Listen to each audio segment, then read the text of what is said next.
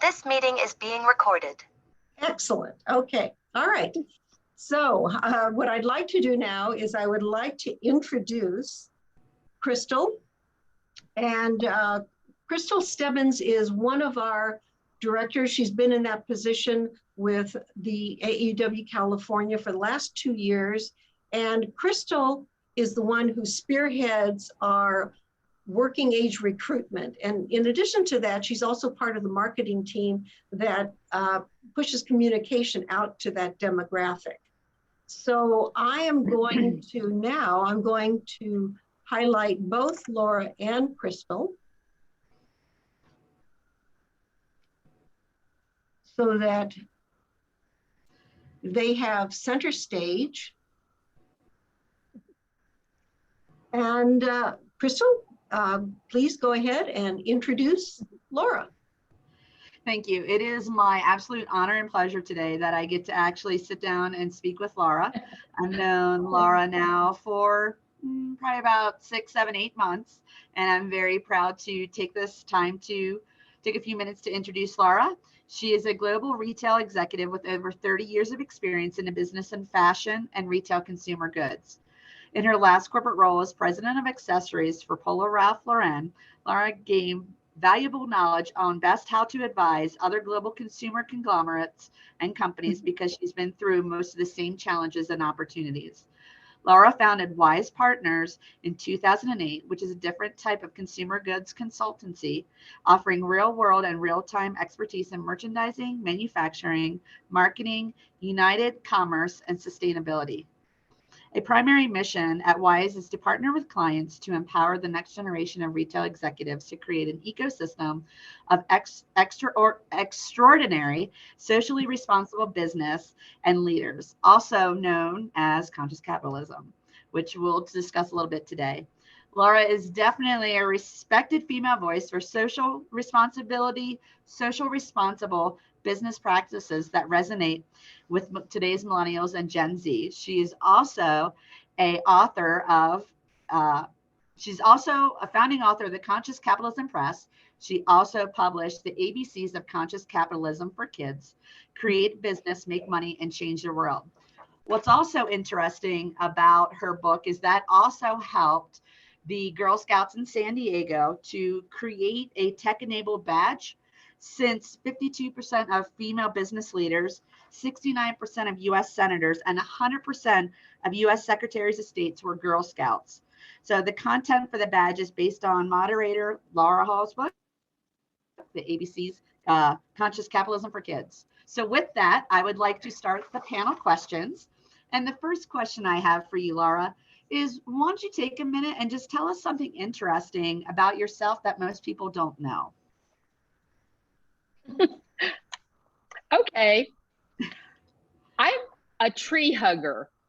That started during the pandemic. I, along with probably a lot of people on this call, I didn't travel or go anywhere for over 18 months. I was really quarantining, and in order to stay sane after all these Zoom calls and working from home, I decided to start walking. I began walking a lot in my neighborhood, then nature walks. And during that time, I actually rekindled my love affair of trees. I think trees are amazing and awesome. So I would actually go up to trees. I'd lean on them. I would see a beautiful tree. I would touch it. And then I actually began to hug a few trees. And I still do that occasionally. So I'm a tree hugger, and you know what? I'm really okay with that. I love it. I love it. I'm a complete outdoors person. I have 2 naturalist certifications through University of California and then the California Chaparral Institute. So I'm right there with you as far as being a nature lover myself. So working in the fashion industry and eventually transitioning into opening up Wise Partners, what's one thing about your business, or even when you were moving up the ranks through the different companies that you worked for, that you didn't expect? That's a good question. Well, as you all know, I am a partner with two other female C-suite business executives. We started Wise Partners in 2018. So we started the company and we thought our clients would have already mastered a lot of the basic fundamentals, things like product lifecycle management and customer acquisition, but we were very wrong when we started our company. What happened is that we actually had more clients than we expected for longer than we expected, but not any types of clients that we thought originally were going to be hiring us. So we had to pivot really fast. We had to figure out and develop a really new consulting curriculum to really teach and educate our clients on the how to integrate business metrics or numbers into the whole creative side of fashion, that product development and customer acquisition side. So we had to rethink everything, all of our content. It brought us a new client base than we thought we would have, but it also gave us a new sense of purpose. The fact is, fashion is a fabulous business. It's exciting, it's artistic, it's creative, but you know what? It is also a business. Very interesting. It's always interesting to think about. Sometimes people talk about failing fast so that you can do those pivots very quickly. So you go into it thinking one way and you come out of it thinking another, like, man, I really have to change this. So it's great to hear that you guys were able to pivot very quickly and be able to react to your clients and what they needed. So that's awesome to hear. So Thank you. What is a common myth about your job or field of expertise? Common myth, field or expertise. Okay. Yeah. I like this question because the term field of expertise, I think it's a pretty important phrase because, okay, that presumes that becoming an expert is essential in becoming a successful business leader. And that really is a basic hard truth that every business leader has to understand. You have to learn the basics. You've got to know your numbers. You've got to be willing actually first to get into the weeds before you can see the forest. But maybe to common myths about fashion, maybe one of them is that a lot of people think that all you have to do is have a great product idea. All you have to do is make that great product. And if you make it, customers are somehow going to find it and buy it. That isn't true. It probably never has been true. So let me just go back and restate that even though having a great product or idea and doing it is great, you have to do all of the traditional basic business steps, even in a fashion business, for it to be successful. And I'm assuming that's the same thing with Wise Partners. Even though you're consulting people in the fashion industry, those things still apply, even starting your own company for that. So you still have to go through all the initial steps and get it all set up. Absolutely. So with starting your own business, you're probably heading into 4 years now, and yes. You guys started, and then we hit the pandemic in 2020, and here we are today, 2/22/22 on a Tuesday. So what is the biggest challenge you're facing right now within your role, your business, a project, and how are you tackling it? I would say that what my partners and I have had to do and are having to do is basically right now recalibrate almost every aspect of the hows for our clients because of the speed of technology. Oh my word. Every step now in a fashion brand journey is going to have to be tech enabled in the future. And basically the future is right now. So we tell our clients technology is going to be required for everything, but we say that if you have to pick the first thing and most important and best place to invest first in technology would be in using technology to connect to your customer or the consumer that you want to have as a customer. Find out who they are, what they want, what they care about, what they don't want. And it's critical now because today the customer is in the driver's seat more than ever in fashion. Yeah, and I think that that's true in a lot of places now with social media. Everybody's so quick to jump on social media and complain. We just need more people that step up that also do the same as far as complimenting as well. So yes, definitely technology and a lot of different aspects is definitely something that's moving everybody forward in a good way or a bad way. It's We true. just have to adapt to it. It's an opportunity and a curse. You have to look at it as an opportunity and use it. And you're right, Crystal, it applies to every business. Yeah. So out of your career and being an entrepreneur, what is the most important lesson that you have learned?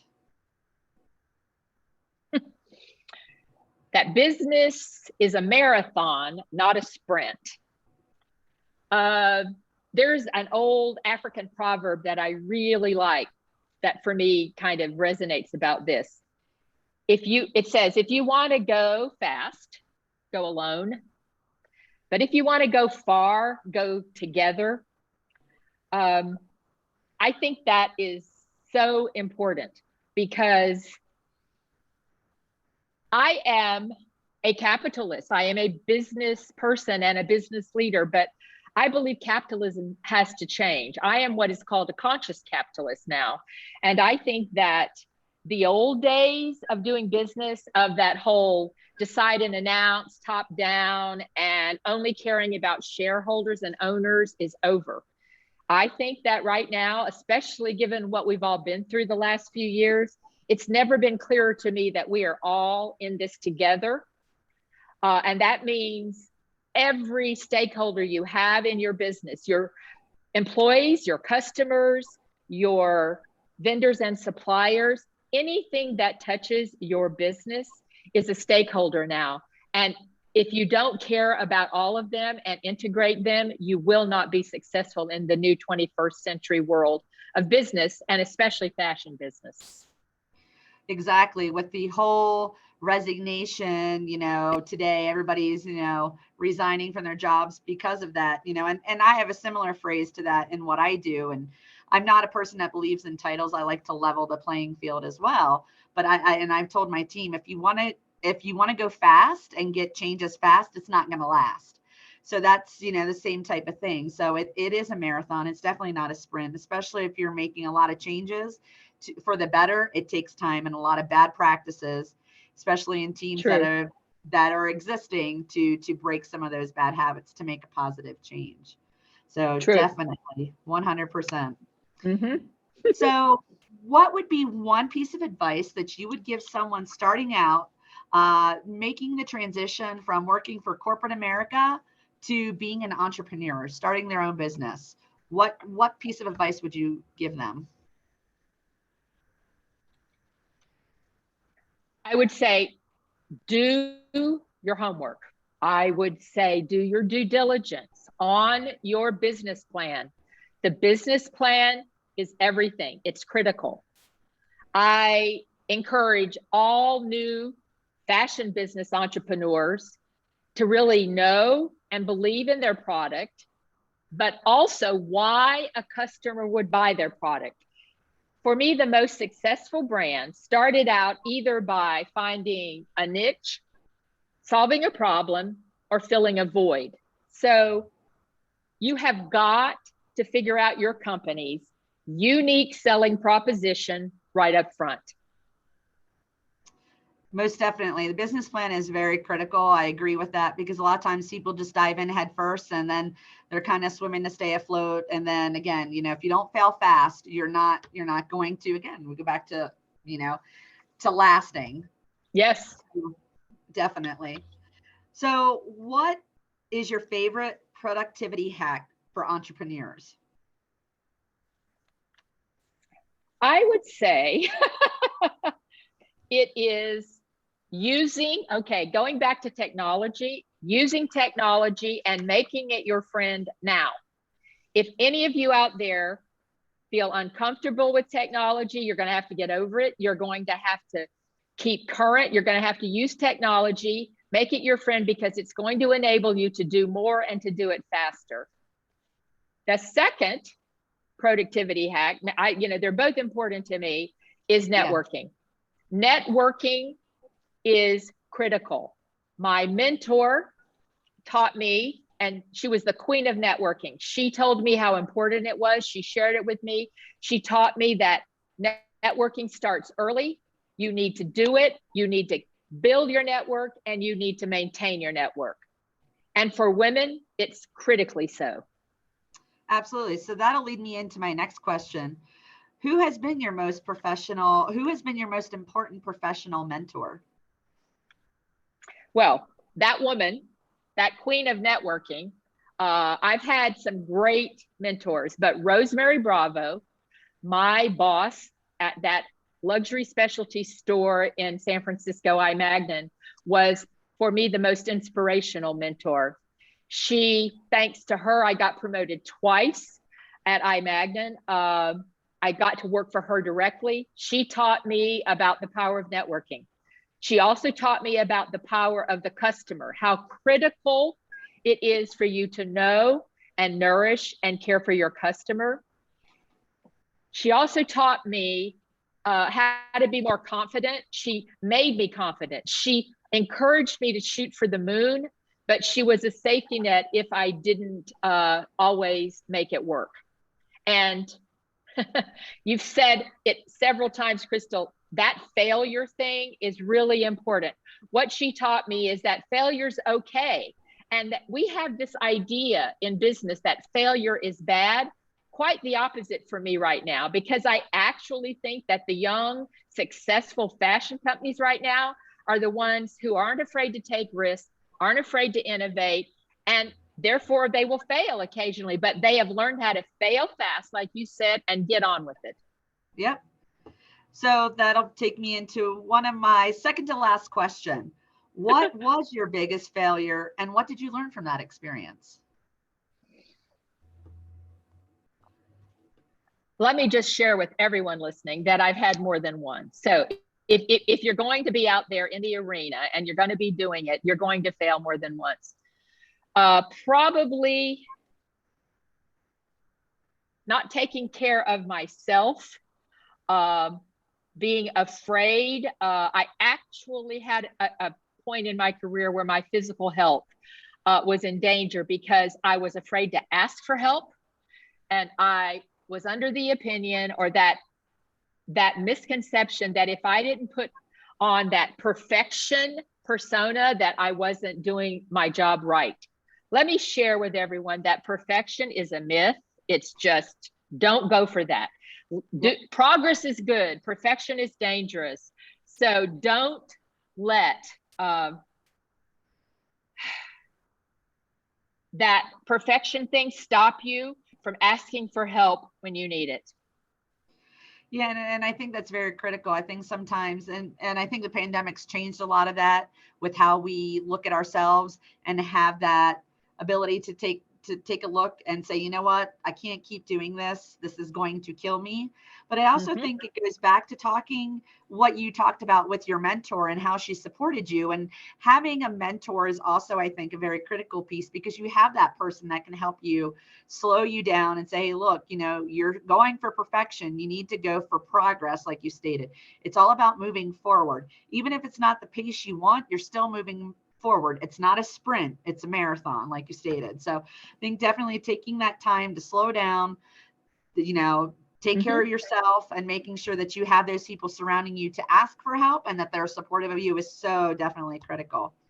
So my last question for you today is, if you could be remembered for one thing, what would it be?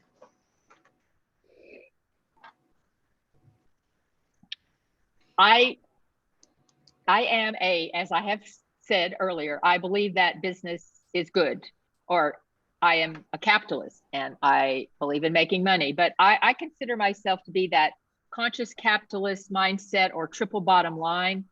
I think that if you're going to be a successful business, you have to think about profit, people, and planet. So if I can be known for anything, at the end, I want to be known for someone who really tried to get the fashion industry to care as much about people and the planet as making a profit. And maybe another one on my tombstone, what I want to be remembered for is that I tried very hard to pay it forward, because you never know. Exactly. So I wanted to turn it over, because I know we're getting short on time, to see if there's any questions that anybody has. But I want to leave it to a quote that I actually have in my water bottle sitting right here. It's here to strong women. May we be them when we know them, and may we raise them. So thank you, Laura, for your time today. I greatly appreciate it. Yep, right here in my water bottle. And so right now we'll turn it over to our communications team to see if there's any questions that we can answer in the minute or two we have left. No questions have come in, but I would ask the question to you: what did we forget to ask you that you would like to share with us? Oh, that's a good one. I think it's that, that whole idea of women supporting each other has never been more important. I think mentoring is important, but I also think, I have three things: mentorship, sponsoring, coaching other young female business executives. They're all similar but different, but the underpinning for all three, mentoring, sponsoring, and coaching, is networking. So I can't say again how important I think it is for everyone to build their network, their personal and their professional network. Okay, one question just came in. Any suggestions on how to find mentors, coaching, and opportunities? I think it would be like C, networking, under the definition. As you reach out to other people and ask them for their advice, and or if they're somebody that you work for, ask them for help or tell them that you admire them. As you start reaching out, you start building a network. It may start with your peers. It may start with people that that are at your level. But I say just start somewhere. Just start anywhere with networking. And from there, you will begin to find people who just naturally will say, if you need help, ask me. If I can help you mentor, that's good. I would also add that mentoring doesn't always mean old to young. I actually have reverse mentoring going on in my life right now. I have a young tech whiz who has a tech company, and she is reverse mentoring me so that I can learn from her about tech, and she can learn from me about some of the basics of building a business.